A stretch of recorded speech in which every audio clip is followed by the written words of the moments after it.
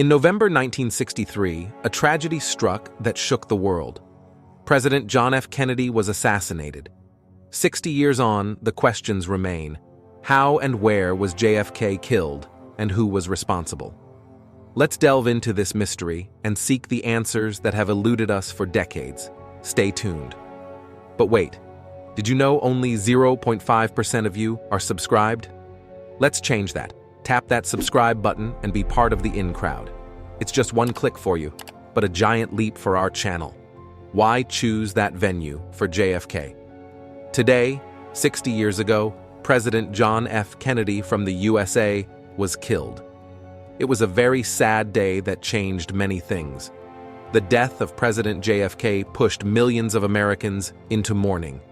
At the same time, the investigation in this case has failed to answer many questions of the people. It is believed that the top secret agencies of the US have hidden a lot regarding the assassination and have not made the truth public, and it is very wrong to think so. There are all the regions, the first of which is the selection of the venue where the president had to go. President JFK had to give a political speech in Dallas, Texas, for which two options were kept. One was the Trade Mart, and the other venue was the Women's Building of the White House. The recommendation was to select the venue of the Women's Building, but Texas Governor John Kenly wanted the president to go to the Trade Mart. The reason for this was that the Trade Mart was a banquet hall, while the interior of the Women's Building was not suitable for the president to go there. The venue of Trade Mart was selected on 14th of November, i.e. 8 days before ACNET, but this news was not made public. What are your thoughts on the impact of venue selection in historical events? Share your perspective. Why select the Trade Mart? One thing out of 100 things. In planning the assassination of the president, it was very important to select the location of Trade Mart, and as you know, this selection was done by Texas Governor John Kenly. His intentions cannot be doubted because, at the time when the president was attacked, he was sitting in the presidential limousine with his wife. He was also shot, but his life was saved, and secondly, Governor Cannoli was already against this route. He wanted it from outside the city. Only after reaching the Trade Mart, there was someone who had calculated all these things long ago. The president's car code and van were made public only 4 days before his assassination.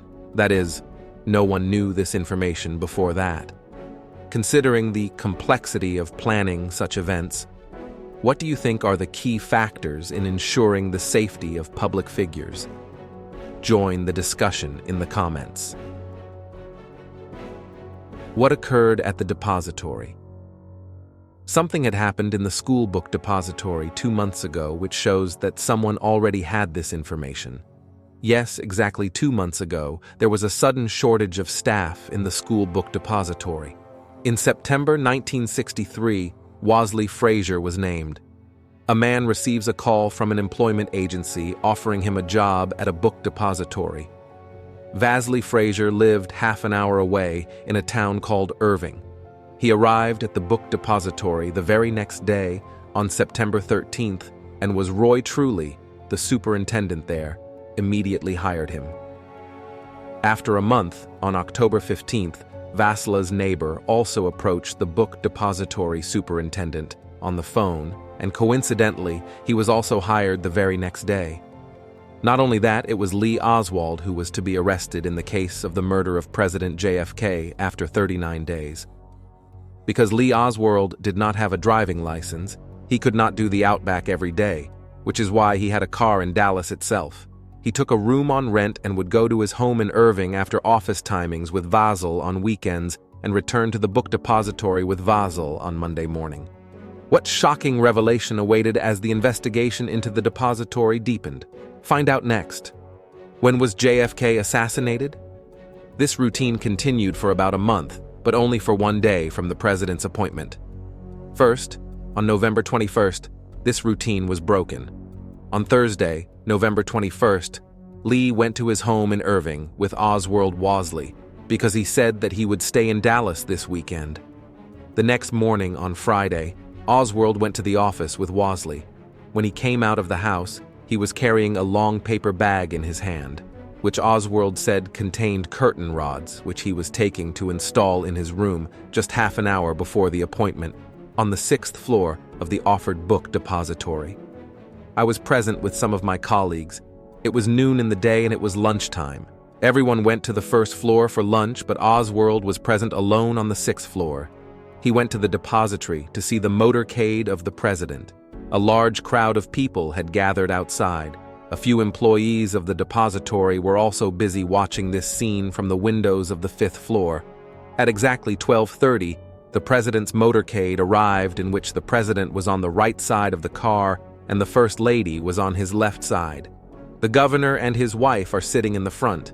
As soon as the presidential limousine takes a left turn from the book depository, the entire area echoes with the sound of the first fire. Coincidentally, at that time, a reporter was recording the entire scene in his camera. It was said that 2 shots were fired, but some also heard the sound of 3 shots. 1 bullet hit the president's neck and the other on his head. The driver of the limousine drives away from the location without waiting, but President John F. Kennedy probably died at that very moment. Some described his body as black and some as white, but after the first fire, a motorcade police officer saw a man firing on the 6th floor. So without wasting any time, he entered the building. They entered inside and went to the 6th floor, but there was no one present there. Within a few minutes, the entire building was sealed by the police and FBI, and all the employees present inside were now stopped from going out. But a person was missing, and he was none other than Lee Oswald. Lee Oswald had probably immediately left the book depository after taking this action. He first went to his room, changed his clothes there, took his Oswald pistol, and immediately came out. The police, now ready to arrest him. She was searching. She had made the patrolling of the entire city wireless. An officer on patrol saw Oswald, but before he could do anything, Owlett fired 4 shots at the police officer and killed him on the spot. Oswald is now close to the movie theater. He had gone and hid himself.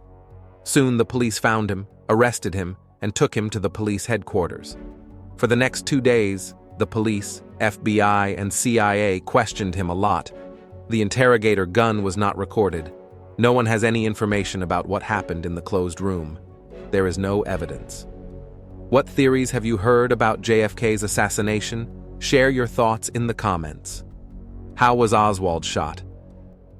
On November 24, when he was being transferred from the police headquarters to jail, a person shot him in front of the media and the police. OSW also committed suicide in the same hospital where John F. Kennedy was taken.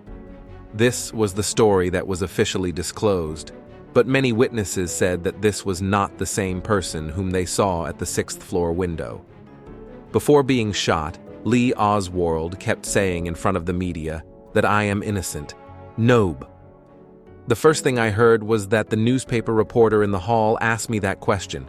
How do you think Oswald's death has affected the investigation into JFK's assassination? Let's discuss in the comments. What conspiracy theories exist? If this whole story is analyzed, then according to the police, Lee Oswald got the job in the book depository with great cleverness and planning, and alone. He did all this planning by hiding from the FBI, CIA, and police intelligence, but people say that if Offred had done such perfect planning alone, then how did he commit so many mistakes in the end, like running away from the building, killing the police officer, and taking responsibility for himself, arousing suspicion, or hiding in a movie theater? After the assassination of President John F. Kennedy, many investigation reports were published, but each report made the case more confusing. After Owlett's death, a theory also emerged that perhaps he was killed by the same person. The people who did all this planning have been killed because even if it was a conspiracy, it would not have been possible to do this work without insiders. Many people believe that the FBI and CIA were also involved in this conspiracy because of Lee Oswald. Actually, he was a former U.S. Marine and was already under surveillance by the FBI. But still, he hid this from the President's Secret Service when he was deciding the route of the motorcade. During the investigation, Many pieces of evidence were also destroyed, like the 3 bullet shells found from the 6th floor were first removed without taking photographs, and then this photograph was taken after placing the bullets again.